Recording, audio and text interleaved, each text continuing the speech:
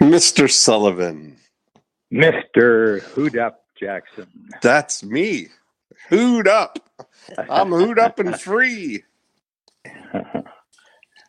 How was your week? Well, we were, let me think, we went to Phoenix. Actually, I spent 2 days in Phoenix, where Kathy Colby gave Babs and me a Founders Award for the organization that had been most a partner in the growth of Colby. I saw something about that on Facebook. Congratulations. Yeah. That's great. Yeah. Yeah, and it was interesting because she was, enormously appreciative when she was introducing us for the award. And one thing she came across is that we had never asked for any deals. We started doing the Colby profile. For those listeners who don't know what Colby is, just go to KOLBE.com and take the test. There's a great test there that kind of tells you what we often talk about it. Yeah, it's like one of the most valuable ones. Yeah. Yeah, and it's been a collaboration where she created a great, a great approach, a great tool, a great system, and we just, bought one for every one of our clients, which is now approaching 20,000, and then the average spin-off from there is probably about 25. So it's probably about 500,000 people have taken Colby as a result of this. And, the introduction through Strategic Coach. But awesome. I consider it to be one of the cornerstones of our unique ability concept. I do too. It's one of those that when you really understand it, you get the total, you get that. I was really interested in this most recent one that we did, the print. What do you call it? Yeah, print. It's print. PRINT. Yeah. Yes. And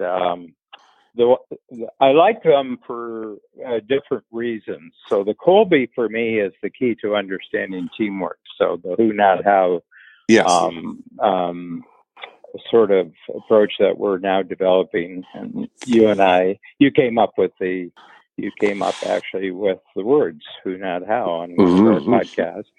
And print was introduced to us by Adrienne Duffy, who's now in her 23rd year, I think 22nd, 23rd year as one of our coaches. And she has the Canadian franchise for this. It's out of Florida. Okay. Boca Raton, I think, is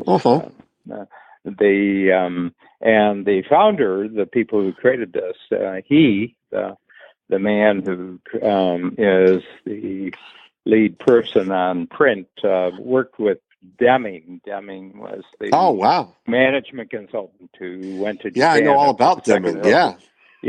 And it's and so he developed it, and basically, it's like anything else. You take it online, 30 questions or so, and what it does, it gives you a chart that's got a line down the middle. On the one side, the who you are when you're in your best self and who you are when you're in your shadow self. Yes. And I loved it right off because I just got it right away. And, when I got the report back, which comes back immediately, I said, this is really useful. And so we've now trained about 30 people in the company to actually be a certified trainer for this, and we're taking it through our entire company, and we're recommending it. Gave it to all the game changers. Yes, that's how I did it. So it was really interesting to come out that my top two were to live a happy life, and the it's a joy and happiness, and the second was peace and harmony. Very, very well. I have your first one. I'm the same as you, 7. And my number 3 is success and achievement. Success and achievement.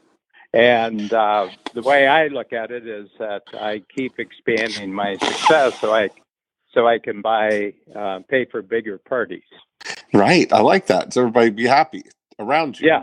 Yeah. And 7, the be happy and have a good time, is the number 1 number that came up for our entire company. Is that right? So everybody wants to be which just I be found happy. Very interesting. Yeah, and you got to work for it. I mean, it doesn't come for free. And but I love it because before we do workshops, we have the one page, the page 7, that has the division between your best self and shadow self. They call it shadow self. And I just pick 5 on the best side. That's who I'm going to be during the workshop. And then each of the team members who are in the workshop also does it. They pick 5 that they're going to work on. In other words, they're going to be conscious throughout the entire workshop of these 5 qualities and sort of be that way. Right. And so, want to know what my 5 are? Yes. Energetic. I like that. Walk in with energy. Keep the energy going all day. Number 2 is be adaptable. So I've got a plan for the day, but the clients are 50% partners with me. So I've got a 50% flexibility that what they're going to contribute, I'm going to build into the plan of the day. And then number 3, you have to be quick thinking in order to do that. Number 4, be spontaneous. So just respond very quickly when someone comes up with something you hadn't planned on. And then in the final analysis, be charming. Boy, That's the trump. That's the trump card. If all else fails, be charming. Yes, I like that. This is quite a stacked toolkit here. If that's your, you look kind at of that. A stack. Yeah, it's kind of like the Scott Adams. Scott Adams has this concept of talent stack. Right. And he said you don't have to be the best at everything. It's taking your best capabilities and stack them on each other, and then use them as a whole. And he created that in reference to Donald Trump being the most persuasive leader in the world. Yes. Not for any one quality, but for a stack of different qualities. Yes. And it was very interesting. And I think charming goes a long way. There's a new book out called Charming by a writer by the name of Joseph Epstein, and I'm about halfway through it, and it's a very good book, not a big book. If it was a big book, it wouldn't be charming. But no, exactly. But he just shows that it's not charisma, it's not,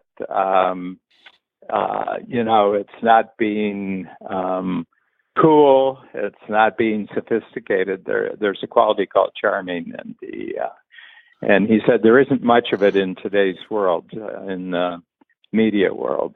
That's an interesting word when you think about it, because as soon as you say charisma leads you to charismatic, and that feels like that's something that you are or are not. But charming feels like something you can do. Charming doesn't feel like an inherent quality. It feels like a learned skill. Yeah, and it's one of the qualities of charming is that you disarm other people. Yeah. In other words, and you disarm, take the tension out of situations. Right. Okay. You take the tension out of situations, and that's what I try to do. And I know that you do. I mean, I can imagine. It's hard for me to imagine in your breakthrough blueprint workshops that real tension develops. But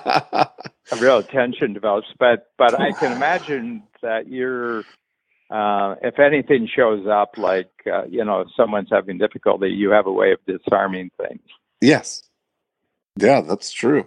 That's And I think, really, that fits the because that's my thing. My second thing is peace and harmony. That everybody's, that's kind of like everybody.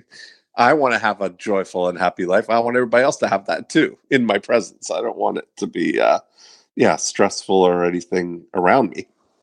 yeah. That's Very. I've never heard of your reputation where you're on Facebook and Twitter attacking people. I've never heard your name associated with that. I'm a truth teller, Dan. I'm a truth teller. Yeah. In person, he's great and everything. But wait till about 3:00 in the morning when Dean Jackson, wait till he's tweeting. Yeah. When Dean Jackson's shadow self comes out in full and feel for him. No, I can't imagine you doing that. That's so funny. I remember. Can I tell you the closest that I've ever seen you of being critical of someone? Tell me. Well, it was at Genius Network, and there was a speaker up there, and the speaker didn't do a good job, and it was like 10-minute talk, and I think he kind of knew he wasn't doing a good job, but so everybody was kind of happy when the speech ended, and I walked back to you, and I looked at you, and I said, "So, what did you think?" I said, "Well, and your comment was the closest that you've ever come to being negative. And you said, well, that just shows you how long 10 minutes can really be." That's right. I remember that. Oh, that's so funny. But, that's the truth. Yeah. Well, I've been having a really interesting couple of weeks here, thinking... wrapping my mind around this venture collaboration role and this currency. It's almost like newfound wealth of my 1,000 hooed up hours to invest, my investable hours. And it's really, there's some couple of just interesting things that may sound on the surface, when I say them, just very so super obvious, but they're super profound too at the same time. When I realized that, putting 1,000 hours on something, using it, stacking it, and almost because that makes me visualize them as, tickets, like 1,000, stack of 1,000 investable hours in something that I can portion out. I can allocate them to this. I can allocate them to something else. That alone was a really very interesting experiment. Just a thought focuser. But then the other realization that I cannot spend them or invest them all at once. Then I can only invest them at the most, in the way I do it, in 3 or 4 at a day, or a full day if you're doing, 8-hour day of them. The most you can really invest is 8 at a time, 8 of these hours. And that really is it was an interesting thought bomb, because I realized that, first of all, that is a lot of time. No matter how you slice it, when you put into the context of the entire time allocation for my base business is 417 hours for the year. That, when you think about that, now that is the totality of it, kind of thing. That the available time is, more than double what I already, what I'm doing right now in my business. Just that investable time. I have twice as much time available to invest as I have already allocated to do anything. And even that, adding the two together is still 500 hours a year less than the standard 2,000 hour a year work allocation for most people, right? Yeah. Yeah. I mean, I was just thinking, it's 6,000 Jacksons. Yes. And what an abundance, right? Yeah, 6,000. Yeah, and the interesting thing is, you had, created a new time unit, which was a 10-minute unit. Yeah. And I had whimsically named it a Jackson, and then it got picked up among our listenership, and I get this repeated back to me. How many Jacksons was that? Yes. This is how things take off in the world. It's a good example of how something simple will just get out there into the talkiverse. Yes. Right. And people will start using it, but you begin to appreciate that you have done significant things in 10-minute periods, and you've certainly done them in 6 10-minute periods, and yes. We've all done it in a day's worth of hours in Jackson units, and very, very significant changes, breakthroughs in our life have happened in very, very short periods of time if we felt freed up to do it. Yes. But then the interesting thing is to detach it from its market value. Yeah, has been an interesting experiment for me. I don't know whether I'm articulating that right, but detaching it, like we all kind of can do this math backwards. If you think about the total revenue to generate from your time and allocate a dollar productive thing, like, and every time you raise the bar on that, like you were mentioning with your with the Game Changer workshop, for instance, that each day is your day rate effectively went up by having more and more revenue associated to the day there. Yeah. But that's not to say that you will only invest your time in things that have that level of immediate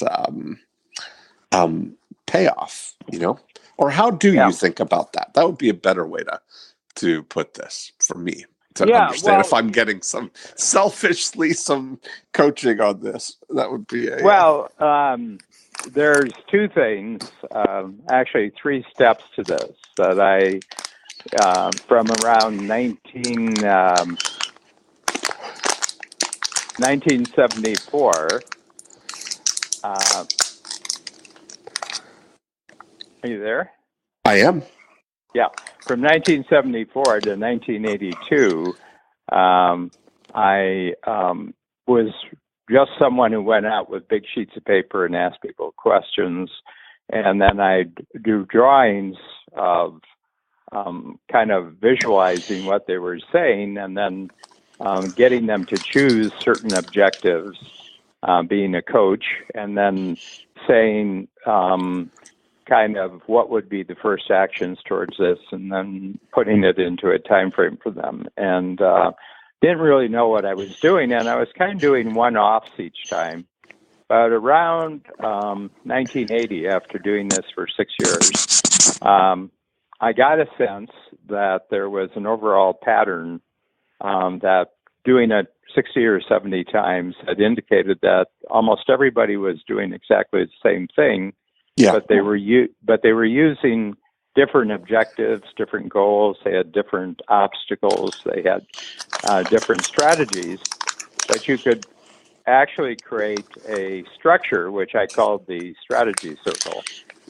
And up until that point, the most money that I had actually made in a year going out and coaching was about $25,000.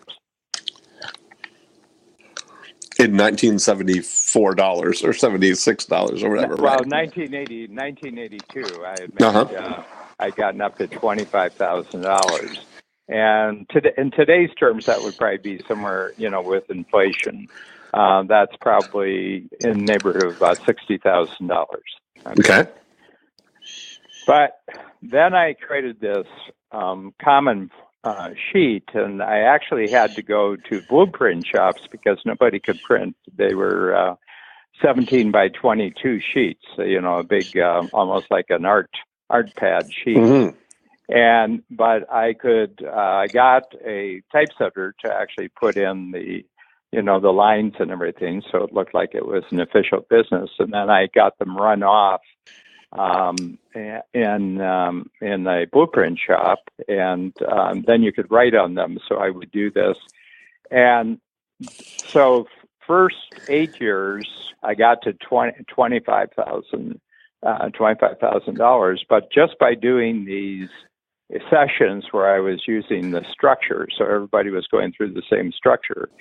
And there were five boxes for goals. There was a point to put the deadline. I used the 3-year framework. Then you come back and you write down the obstacles right now, and then what the next quarter would be. And that's where I got my quarterly structure. So move forward from 1982 to 1989, and I got up to $200,000 in a year just doing that. Okay. Now, in 1982, at $25,000, I was using up all my time practically. And 1982 to 1989 went 8 times. And I was using up all my time again, but I was getting 8 times more value out of the same amount of time just by having this structure. Yes. Yeah. So there's the big jump that you're talking about. There's that real multiplier of time. You're putting in the same hours. Yes. But because you have a structure, and then people talked about me because of my structure in a way they had never talked about me. Just going out, Dan just shows up and he's got an art pad and he does all sorts of drawings. But once I had the structure, they would show other people the structure. And there was something unique about that too. There's something like I think that's one of the things that's always been, I think, one of the very important elements of strategic coach is the design around the tool itself, right? To put a thought and then create the tool with it. Yeah, and but then I ran out of time in 1989, and I said, I bet I could do this, not just in a room with one person, but I bet I could do it in a room with a lot of people. And so we kicked it off. Actually, it'll be in about 3 weeks. It'll be 29 years, November 13th. And then in 98, or 89, 89. So next November, it'll be 30 years. We had our first workshop, and I had 6 people in the room, and I was making about 2.5 times more with the first room, but the rooms got bigger really quickly. And at the same time, I told all the people that I had been doing it just on a single basis, on a one-on-one basis. I told them that I wasn't going to do that type of one-on-one coaching anymore. It'd have to be in workshop coaching. And so in the first year, I more or less matched the 200,000 that I had done the previous year, but I did it in about a third of the time.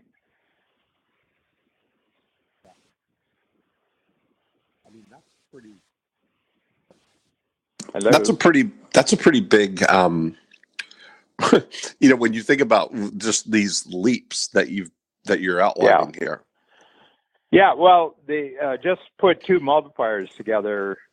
Just by having the structure, in 82, I went 8 times in 7 years, and then In the very first year, I matched that income in a third of the time. So I had done 8 and there was no 3. So essentially in about 9 years, I multiplied the effectiveness, the money-making effectiveness versus time by about 24 times. 24 times.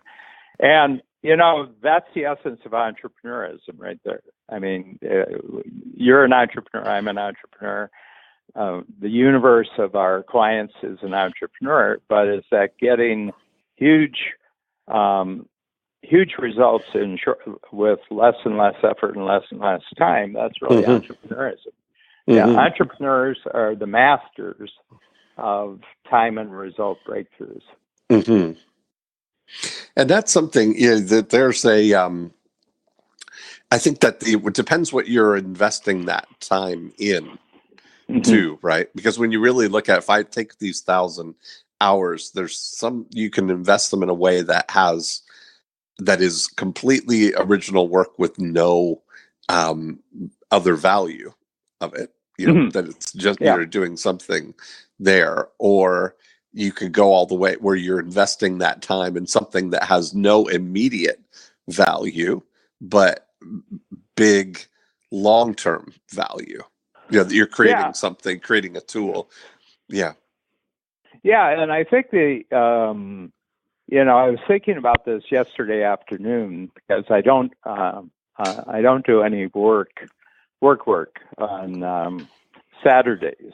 Generally, Saturdays are a free-floating day for me. And actually, having lunchtime conversations with you periodically throughout the year is the only time I would actually, might come under the category of work. Except now that I know that you're just about fun and a good time and peace and harmony, it doesn't really qualify as work if I'm talking to you. That's right, because I'm not trying to achieve anything. No. That's an achievement granted just by we're having a good time and a nice lunch. With my best effort, I can't get you to achieve anything.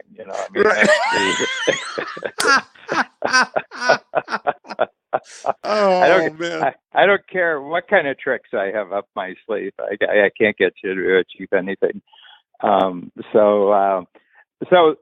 Then, long story short, we within about 4 years, with me just putting in more or less the same amount of time as in my last year of one-on-one coaching, which was 200,000, we got to 2 million.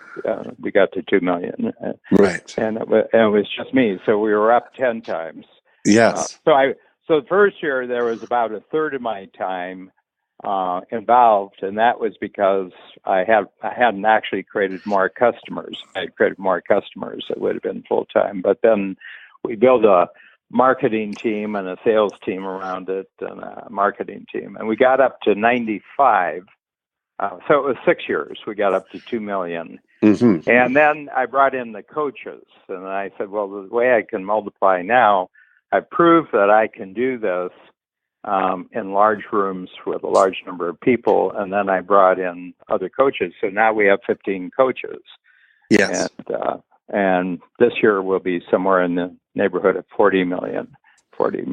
So up 20 times since then. But you can see the jumps for me just being the guy out there with the questions and an art pad in the 70s, and then creating a process through the 80s, and then creating a workshop with a lot of people in it, and then creating the coaches. So I'd say that's about there's about 4 jumps there. Yes. Yeah. So it's interesting, but Dean, one of the things that really strikes me is I worked in a fully engaged way in the 70s. I worked in a fully engaged way in the 80s, the 90s, the teens, in the O's, I guess you call the aughts. Yeah. The aughts, and then the teens. But it doesn't strike me that during any of that period, I worked too much harder than previously. I just got much bigger results. Yeah. And you can only this is the thing, is that you only had uh, the same 100 Jacksons every day to work with. Yeah. Yeah. That's the whole thing. That's what it really comes down to, is that you only have that going on in the first place. But I think that the big thing that what you've done, or what happened, is that you were leaving a wake behind your work. You're forging ahead, but you're leaving this wake behind that is allowing you to impact more and more. Yeah, and having other people, because right now you just said, the number of people. I mean, if you think about the few thousand people that are part of Strategic Coach as members, that clients, that is a there's far more multipliers. There's far more of the multipliers that you don't know than you do know. Yes, you're having an impact. More on people that. Yeah, and it's really interesting. Increasingly, during the last couple of years, I'm running into 20-year members of the Strategic Coach who have been coming quarterly for their Strategic Coach workshop, but I'm meeting them for the first time. So they put in 70 or 80 workshops inside the Strategic Coach program, but this is actually the first time I'm meeting the person. Yeah.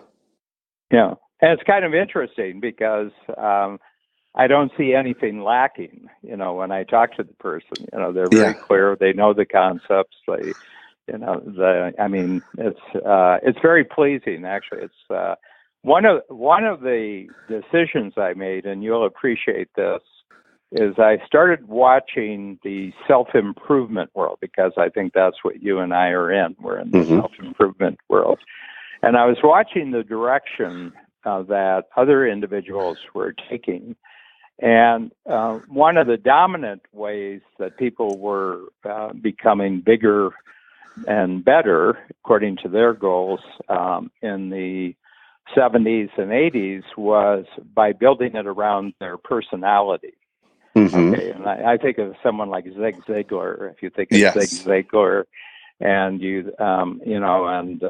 there were a lot of big names out there, very, very famous individuals, but it was all built around their personality. And so they got big crowds, and then they would make some of their money by producing books, and then as part of showing up people would pay a certain amount of money for a day with them, and then they would buy books. Yes. And I was looking at that model, and I said, it seems to me the weakness there is that people won't show up for your ideas unless the actual individual is there. Well, that's... And so what I began to think of, let's build a system. And my first strategy circle, because I would teach somebody how to do a strategy circle as a client, and then I'd say, well, why don't you, at a certain point, we got them printed off, and I'd say to them, now, in your business, why didn't you take the strategy circle out and do strategy circles with your clients? Okay, and I kept experimenting that a tool that I created that was really useful for someone I was working with personally, in a very short time, acquired the skill to take the same tool out. And I said, this, as far as I can see, I think this is the way to the future, not to build it around my personality, but to build it out of a growing structure and system of tools. And that's the route I've taken, for the last 35 years. I had a really, profound, real example of that several years ago. And I wrote about it in a newsletter. This is what's really kind of weird about the situation is I was flying on I had written a newsletter about the difference between Siegfried and Roy and the Blue Man Group. Yes. And the difference was that I was flying and on a plane, and I was looking through the Forbes magazine where they Yeah. list the top entertainers. And I saw on the list, Siegfried and Roy were on the list, and they had just signed a new contract with the Mirage for $35 million. And they were going to finish out their career there. But for that $35 million, they had to do 8 shows a week for 40 weeks a year. So that means they got, 3 months of vacation, but they did, 4 nights a week, 2 shows a night. And I thought, that's a busy kind of schedule, doing the same thing. But then I kept reading, and higher up the list, there was the Blue Man Group, who had done $69 million that year. And the story, there was a kind of feature story about them that the original guys who formed the Blue Man Group don't perform anymore, but there's this group there were 34 Blue Men at the time that do all these concurrent shows in Las Vegas and Chicago and Toronto at the time. I don't know whether they still do it in Toronto, but no. I saw the Toronto show. That's right. So what struck me about that was exactly what you were just saying, that it struck me that when, the reason that they started the Blue Man Group with 4 guys, it's a 3-man show, was because they always wanted, in case somebody couldn't make it, they would have at least 3 of the 4 of them could do it. And they started this idea of just painting their faces blue, and it just kind of evolved that now they realized, hey, we could put anybody in here, that they could, as long as you know the moves and you know the system and the show, you could be a Blue Man. And if they train up more Blue Men, they could have another another show going on. And they got all the way up, 11 concurrent shows, and really realized that I thought about it and thought, how precarious it is that when you're building your business on your name, just the way you were describing, this is before Roy was mauled by the tiger. But I was saying that, when you're doing it that way, when people go to see Siegfried and Roy, they're expecting to see Siegfried and Roy, not 2 guys and a tiger.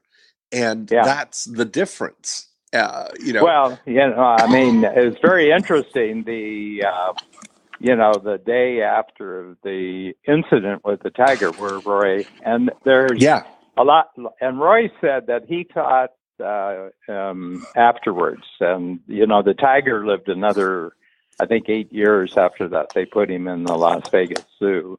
Okay. They had sort of a sanctuary there that Siegfried and Roy actually purchased for the Las Vegas Zoo. And as soon as he was out of the hospital, Roy went and visited with the tiger every day, and he said that he thinks that the tiger actually sensed some danger from a member of the audience and was actually trying to save Roy from the danger. He wasn't, he didn't attack him. Oh, interesting. But tigers are kind of rough when they try to save, they actually don't go to saving class, Right. Yes. And he just grabbed him and pulled him off stage, and everybody thought it was, he was being attacked and that, but he was actually. And Roy thinks that that's what the issue was, but they had 400 employees. That was what was, Roy, and they were out of business. The next day they were out of business. And, a tiger eats one of the Blue Men, actually eats one of the Blue Men. Doesn't matter. You just put another Blue Man in and drop the tiger. And drop the tiger. Don't have a tiger in your show. No, tiger's not good for anybody. But that's what I was saying then. It was the whole thing of, how is your business tiger proof? what would happen? Yeah, what would happen if you were mauled by a tiger in your business? Yeah, and you can see this principle being a sounder principle, where you have a system where there's a certain amount of interchangeability of talent. Yes. There's obviously sports operates on this. There's lawn, there's lawn playing. Phantom of the Opera. I've been going to London since 1998, and it's still in the same theater. Yes. 31 years, and obviously hundreds of actors have gone through. But the show goes on, and my sense is that you have to have that principle that you have. As a founding entrepreneur, you have the talent to create something that no one else would have created. Right. But in the first instance, you've just created a great job for yourself to be successful. And then the question is, do you want it to get any bigger than just you making a good living? And Babs and I did. And, we've gotten much bigger. We're, this year will be 600 and something like 650 times bigger than our first year. Wow, isn't that amazing? Income wise. Yeah. And it felt normal back then, and it feels normal today. So it's just normal at a higher level. Yeah. That's great. So I loved it. I loved it back then, and I love it today. So right, so something good has been created. Yeah, and that's the thing that's what's really that's been the profound thing, really, in thinking about this investing this 1,000 investable hours here is realizing that you can only I can only do it today.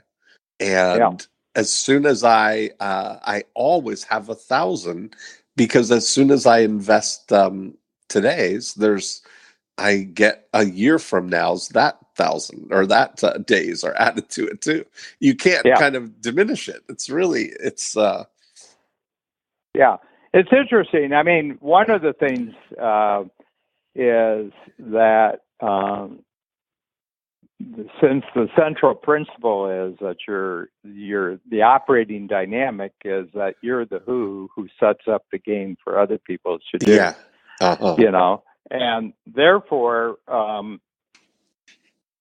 you avoid the thing of getting bogged down in all the details and the how, or all the details of activities that are your house. So I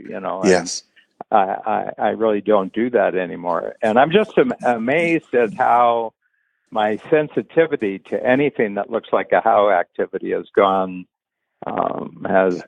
it's really gone nuclear over the last year, in the sense that I can see where I am and I can see where the result is.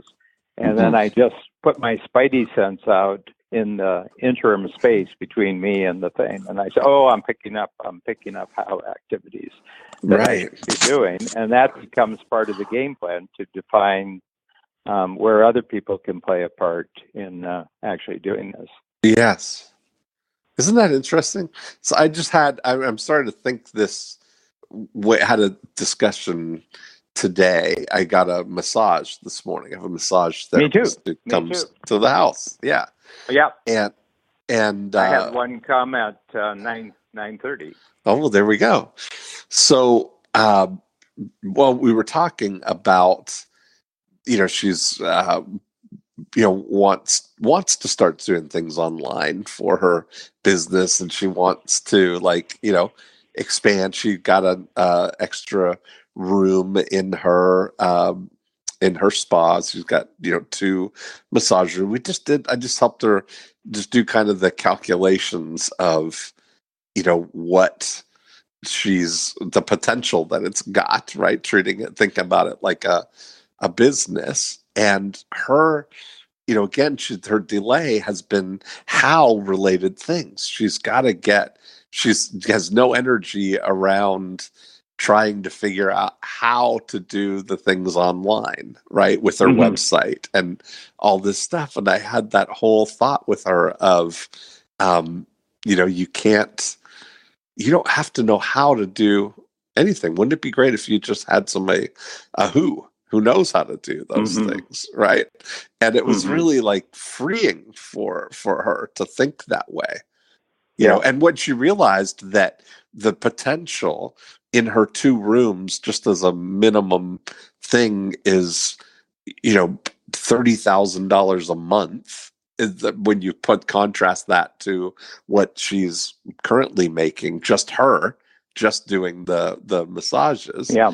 It's like, it was really a pretty wild revelation for her, to start thinking like that. And especially when I hit her with the idea that she's losing the difference between what she's making now and what the potential is, that she's losing that much money per month. It's really, now it's like kind of lights a fire under you, Yeah, the interesting thing is that was the business that Babs was in when I met her. Oh, really?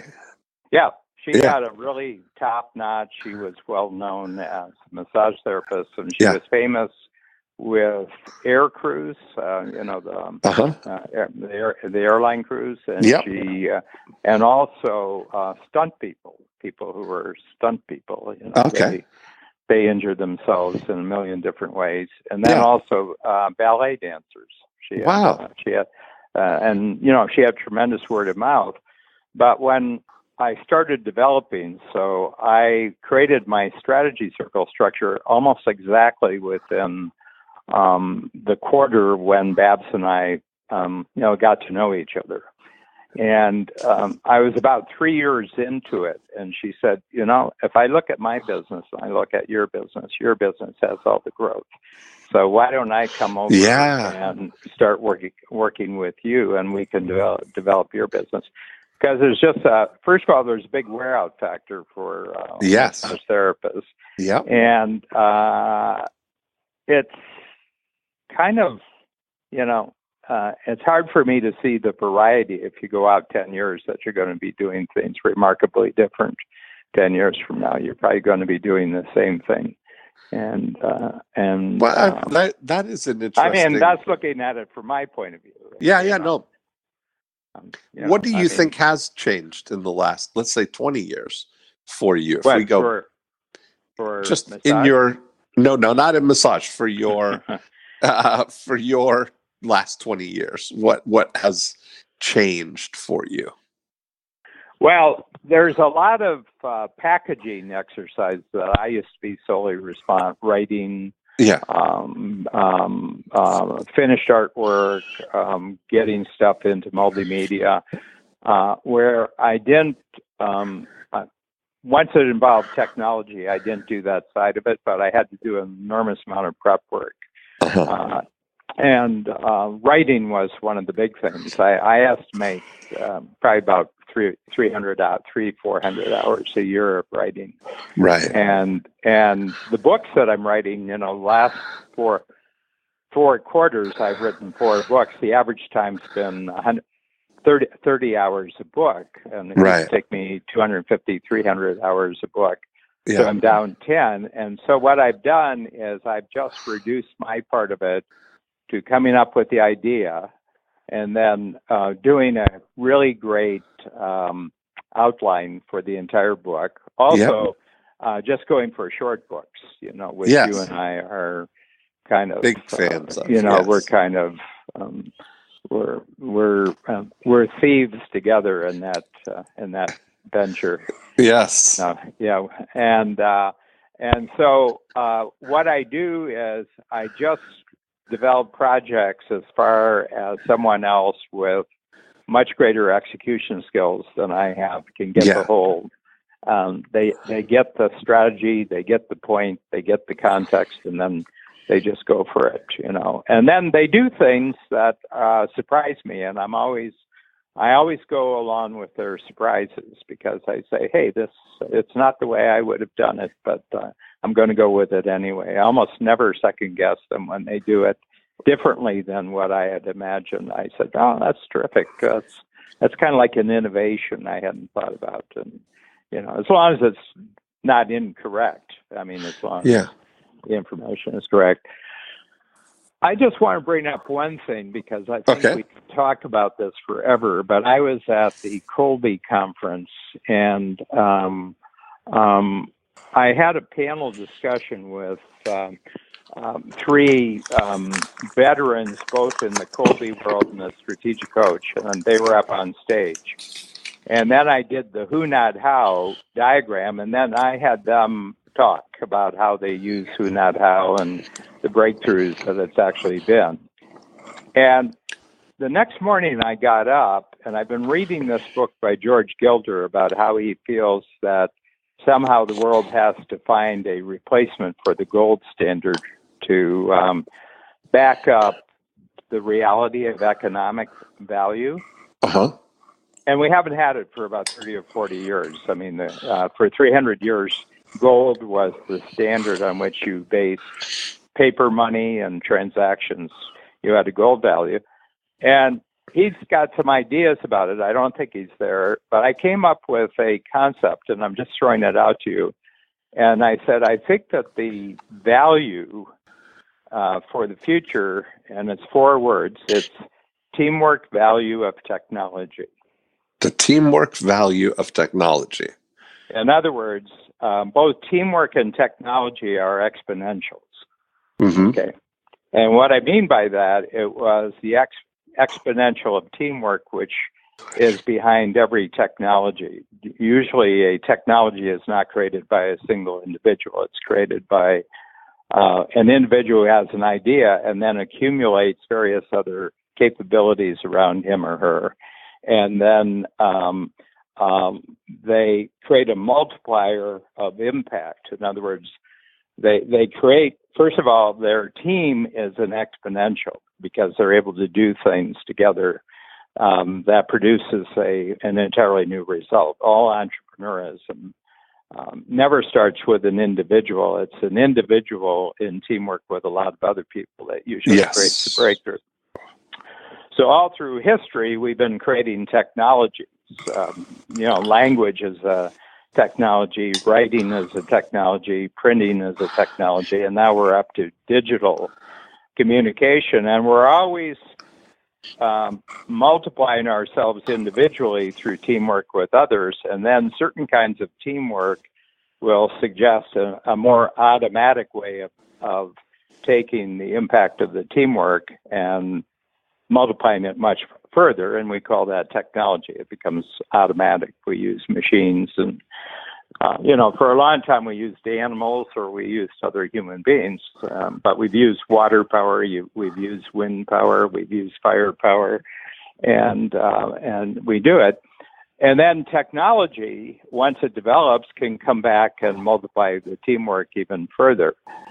So what I'm saying is that you as the individual is right at the center of this system. And so you've got an idea of bigger and better, and then you say, I want the bigger result. And, you're looking down the road, half a year or a year, and you say, I want a bigger, better result. It'll be a version of myself in the future that's bigger and better than it is now. And in order to do that, I can't do the how. I'll find other people who I call who's, who will do the how. And then you'll do this, and you'll do it once, and you'll do it twice, and you'll do it 3 times. And then you say, now we can automate part of this. We can use technology to actually automate a lot of it. And that this whole procedure, you've gone from your individual vision of the future and then describing it to others so that they could combine their teamwork. Yes. And then you have the execution and achievement, much bigger results. And then you start using technology to actually multiply it even further. Okay. And, I mean, just think about your first insight about one real estate neighborhood in Toronto where you had an idea. Yep. And then you began to break the neighborhood into 7 or 8 different possibilities of future house. Well, that's a tremendous breakthrough. But then gradually, and I'm making a long story short here, is that you got hundreds of other real estate agents to do the same thing with your idea, but you use technology to train them, and also the technology controls their access to the information. Okay. That's right. You went right from the beginning to where you are now when you first had the idea just in your mind before you put pencil to paper, and where it is right now. There's been a phenomenal growth in the teamwork value of technology. Mm-hmm. Well, and the teamwork capability of technology. I mean, that's really we look at, there was a great article about Uber just recently, and their kind of secret, their unintentional restaurant business that they're getting into the whole ghost restaurant idea now. And the examples that they gave were they are using their algorithms, their inside knowledge to predict what is the demand in a given neighborhood or in a given area for a particular thing. And so they went to one of the examples, and I don't remember exactly the thing, but this one restaurant had they were a ice cream and milkshake kind of place, but they had a burger on the menu that they would sell, maybe 5 burgers a day or something like that in the course of the ice cream shop. But Uber showed them that, listen, there's a lot of demand for burgers like delivered.